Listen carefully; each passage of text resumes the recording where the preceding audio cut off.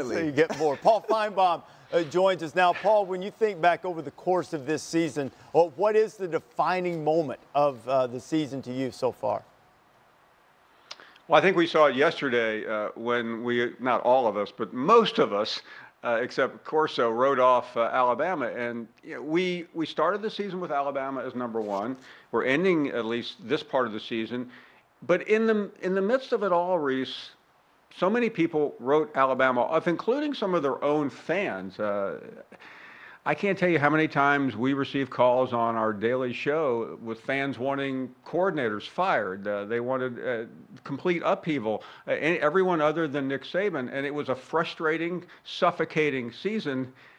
And remarkably, it still ended, at least as we go into the playoffs, with Alabama at number one. Their margin for error is certainly not what it's been in years past, and maybe fans weren't quite used to that. And maybe the margin not quite as great between 1 and 2 as some have suspected. And Paul, I mean, look, you're not one to dance around anything. You've been tough on Jim Harbaugh. You've been tough on Michigan. Sure. But what do you think? What do you think about the Wolverines and the way they've answered, responded, and sitting here at number 2 as we start the playoff?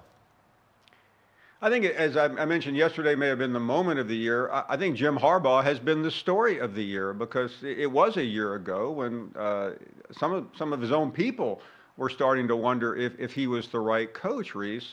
He took a contract cut.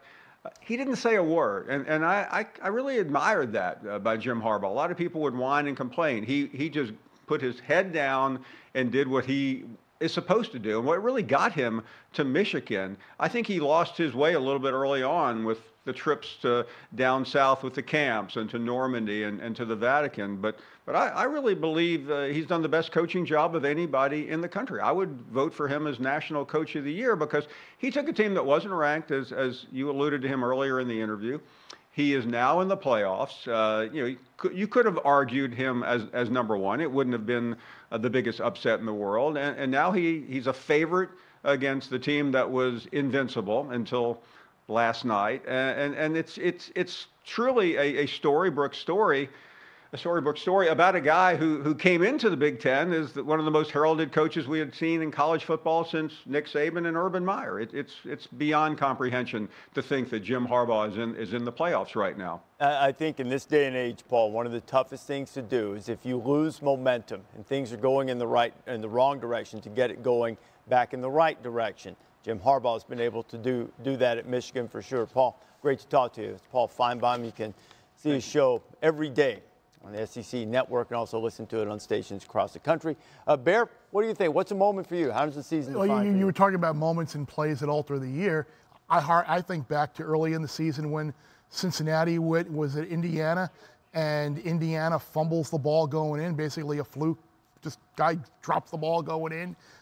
Another red zone interception, like an Indiana team that wound up going winless in the Big Ten. Like what happens? How does the playoff be altered if Indiana doesn't Indiana there with a couple of ridiculous turnovers? We couldn't fit that in those top 55 plays. No. Well, there's a lot. Anything you do with Indiana and Nebraska kind of imploding and turning the ball over, that could be like an hour-long special. These things. Well, this is a 4-hour special. Yeah, we don't have time for it. It never evens out. I don't believe it ever evens out, but sometimes it gets a little bit closer to your favorites. You got to figure that, especially Nebraska, has some good things coming their way next year. They have to. They got a lot of good things coming their way. Karma coming to them has got to be great. Either for portal names come in for that. I don't know, either that or sold their soul or something. I don't know. I mean, if there was bad luck. They finished 3-9. Could have been 9-3. Yeah. Could have been 9-3. They finished what? They finished at the bottom of the Big Ten, but their scoring margin. Everything. They were near the top. games was even. They had like 9 games within like a few points. They played well enough to win. I'm glad they held on to Scott Frost, too, to give him an opportunity to get this thing turned. Because you just did feel like the Harbaugh they're right thing here. Yeah. Got a salary. Yeah. There you go. See, it certainly worked at Michigan. It worked hard at Michigan. It's a good template. Jim may get his money back, too. We joke about that, but the one thing, Harbaugh's earning a ton of bonuses. Thanks for watching ESPN on YouTube. For live streaming sports and premium content, subscribe to ESPN+.